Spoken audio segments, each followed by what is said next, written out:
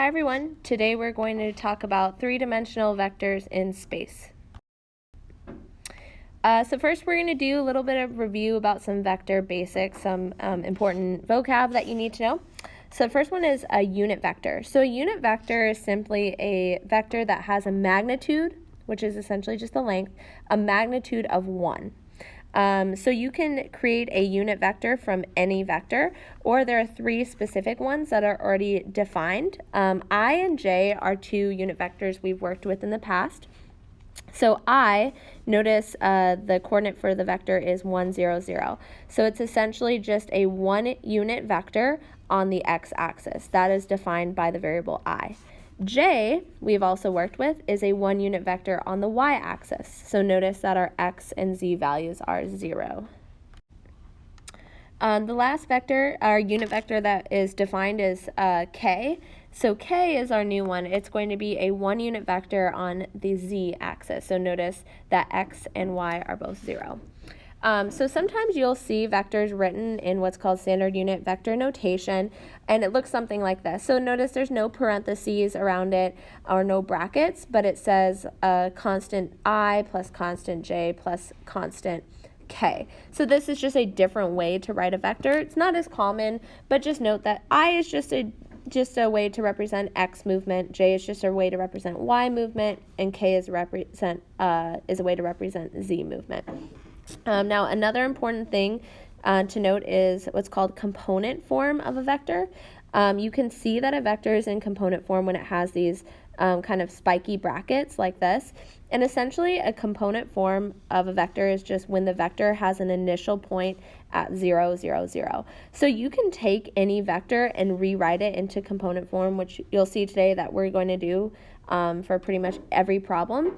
The reason why it's useful is because when we have an initial point at 0, 0, 0, that vector is really easy to work with. So remember, if you see these pointed brackets like this, it means that the vector is in component form.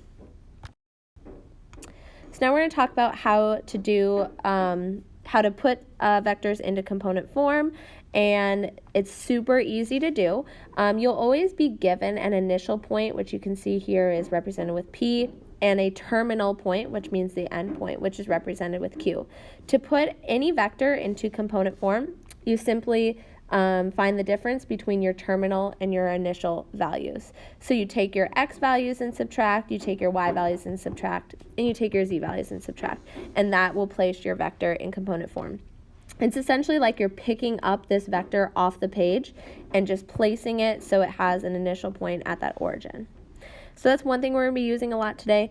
Another thing we'll be doing a lot today is finding the magnitude, which remember we said is essentially just the length. This is really just using the distance formula, which we did talk about yesterday.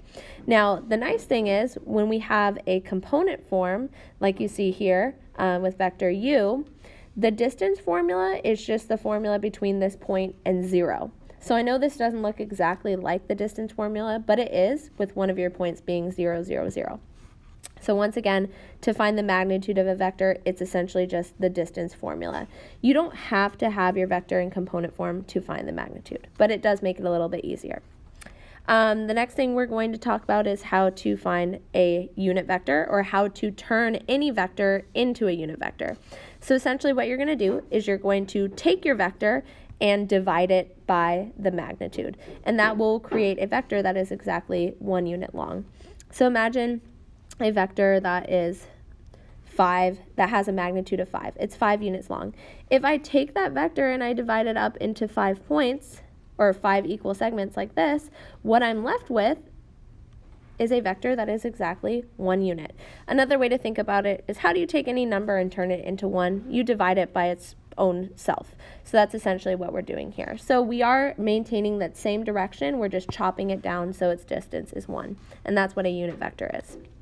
The last 3 vector how-tos are pretty straightforward. Finding the sum of 2 vectors is super easy. You essentially just add up the corresponding parts. To find the scalar multiple of a vector, which is essentially just distributing a real number, you literally multiply that scalar into the x, y, and z of your original vector. And the last thing, the dot product of 2 vectors, I do want to point out that if you take out this last part, what we have here is our two-dimensional dot product, which we did talk about in way back in Unit 6. But essentially what you're doing is you're multiplying the corresponding values. You multiply your x's, your y's, and your z's, and you take the sum of those products, and that will give you a dot product. I do want to point out also that the dot product is a value. You don't get a vector, you get a value from the dot product, and we'll talk more about when we use this dot product. All right, let's give a couple of these a try. So the first thing we're going to work on is putting a vector into component form, finding the magnitude, and then creating a unit vector. So essentially chopping it down so its distance is 1. So remember to put a vector into component form. We're going to put pokey brackets, and then we're essentially just going to subtract our terminal minus the initial. So for our x value, we'll do 3 minus 3, and then we'll do 6 minus 4, and then 4 minus 2. So our component vector is simply 0, 2, 2. From there, we can really easily find the magnitude of that vector. Remember, we're essentially using the distance formula where 0, 2, 2 is one of our points and 0, 0, 0 is the other point.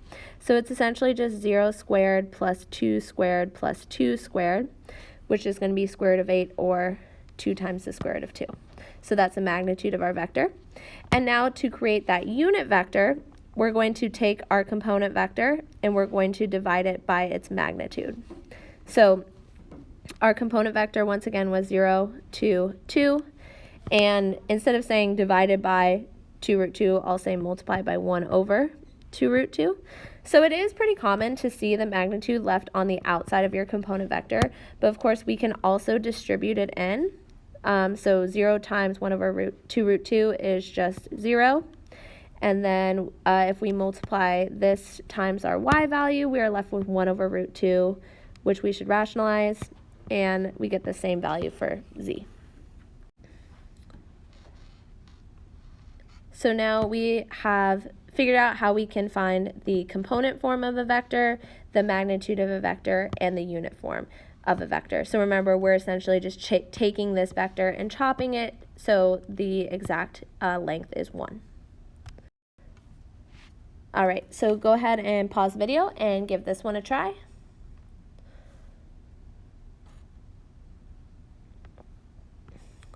Okay, so here our component form should be 1, 6, negative 4. The magnitude of that vector should be square root of 53. And to find the unit vector for vector v, we essentially divide each of these values by root 53 and rationalize. So there you have it.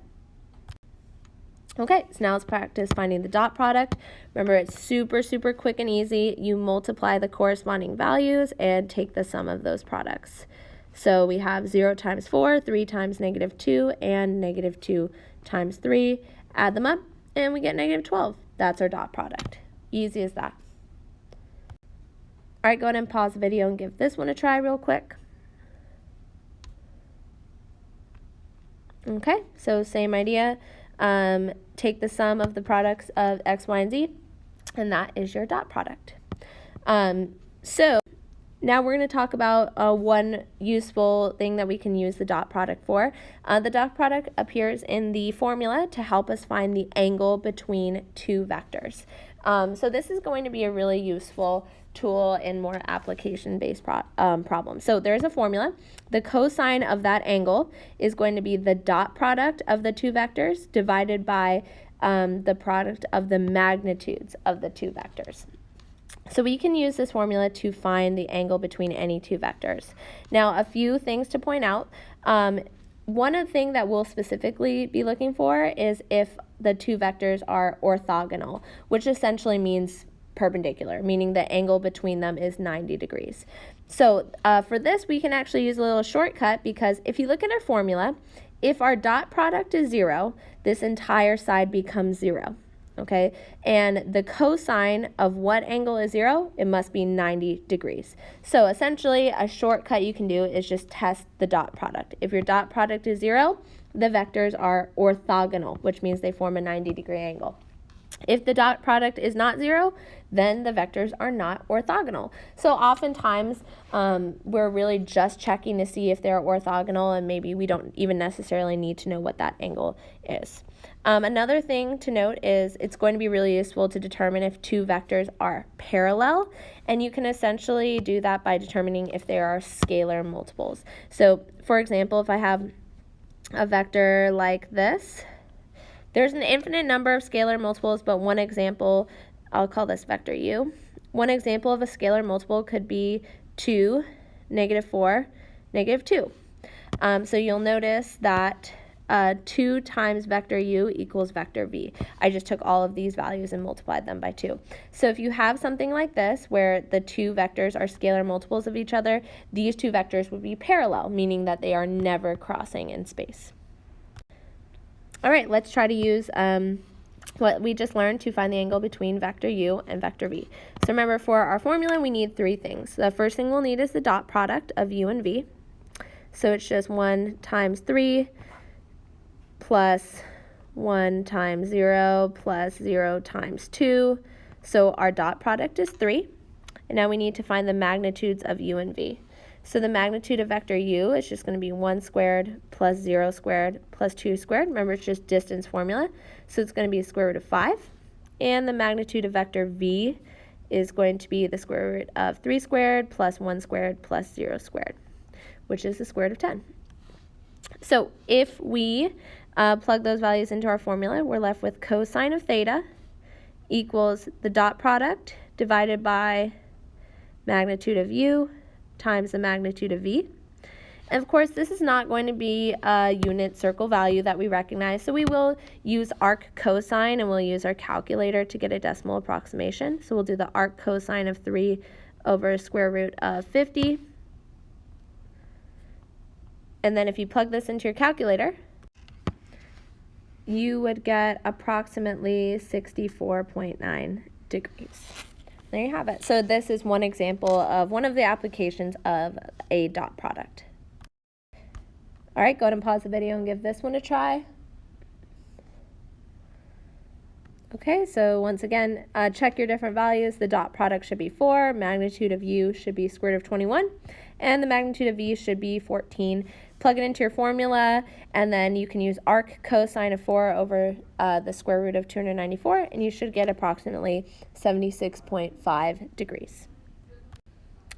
All right, now let's see if we can determine whether either of these vectors are orthogonal to vector w. So this time we're specifically testing for a 90-degree angle.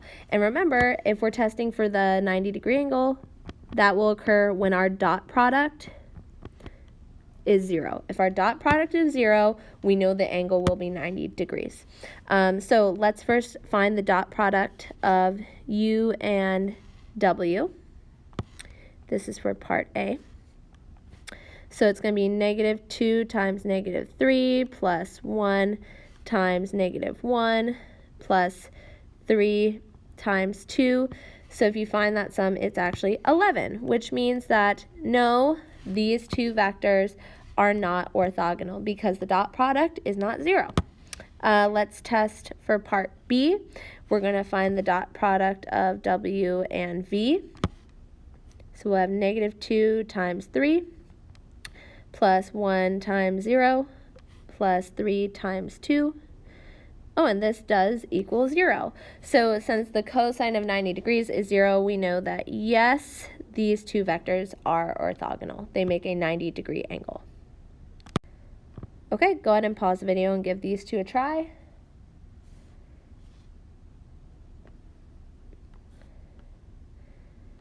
Okay, so here you can see that the dot product of w and u is 4, so they are the two vectors are not orthogonal, but for part B, the dot product of w and v is 0, so the two are orthogonal. All right, so now we are going to work with vector w, which is not in component form, so it has an initial point of 1, -2, 0, and a terminal point of 3, 2, 1. And we want to know if vector w is parallel to u or v. So remember, the parallel vectors will occur when they are scalar multiples. But the first thing we're going to need to do is put vector W into component form. So we can compare to see if the vectors are scalar multiples. So the component form of vector W, terminal minus initial. So 3 minus 1 is 2, 2 minus negative 2 is 4, and 1 minus 0 is 1. That's the component form of vector W. So for part A, compare the values. We can see that the ratio going from U to W is going to be, or W to U is 2. If we multiply all of these values by 2, we get the values in vector U. So we want to make sure to justify our answer with a mathematical statement.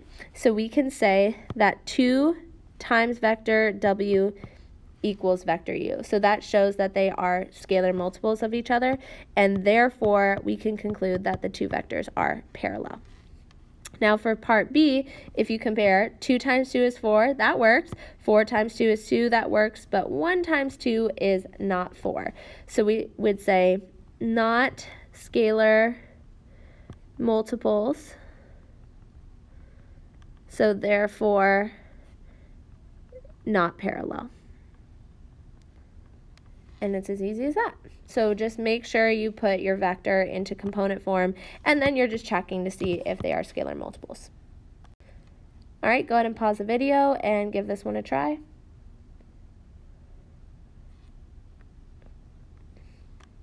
Okay, so here's the component form of vector W. So you might notice that 2 times vector U equals vector W, which means that since they're scalar multiples, they are parallel, but W and vector V are not scalar multiples, so they are not parallel. All right, so the next thing we're going to do, we're going to kind of tie in what we've been doing to see if we can figure out if 3 points are collinear. So the way you test if 3 points are collinear is you essentially make 2 separate vectors with the same initial point. I do really want to point out that they both have the initial point of P. So if you make vector PQ and then vector PR, and if those 2 vectors are parallel, then all 3 points are going to be collinear. If they're not parallel, then they're not collinear. So you can kind of see a picture of the 2 cases here. Here, they're coming from the same point. Since they're coming from the same point, if they don't have the same, I guess what you would call slope if it were 2D, if they're not parallel, they're not going to fall in the same line. However, if you have 2 vectors that come from the same point and are parallel from there, they have to be collinear. There's no other way for them to start at the same point and have what would essentially be the same slope. All right, so let's see if we can kind of carry that method over to test to see if points P, Q, and R are collinear. So once again, we're going to make 2 vectors that have the same initial point. We'll make vector PQ and we'll make vector PR. And we're going to see if those 2 vectors are scalar multiples, meaning that they are parallel, which means the points are collinear. So vector PQ in component form, 5 minus 2 is 3. 4 minus negative 1 is 5, and 6 minus 4 is 2. Now let's find the component form of vector PR. So remember, terminal minus initial. So here we have negative 6, and then negative 11 plus 1 is 10, and then negative 4. So I'm going to compare the 2 to see if there's some type of scalar multiple between them. And I can see if I multiply all of these values by 2, we get the values in vector PR. So we do need to justify our work. So here's how I'd like you to show it. 2 times vector PQ equals vector PR. So you're showing that they're scalar multiples. From that, you can conclude that vector PQ and vector PR are parallel. And since the 2 vectors are parallel and have the same initial point, we can conclude that P, Q, and R are collinear. So I will expect you to be able to not only show your work, but justify your work with mathematical statements. All right, go ahead and pause the video and see if you can determine whether or not P, Q, and R are collinear.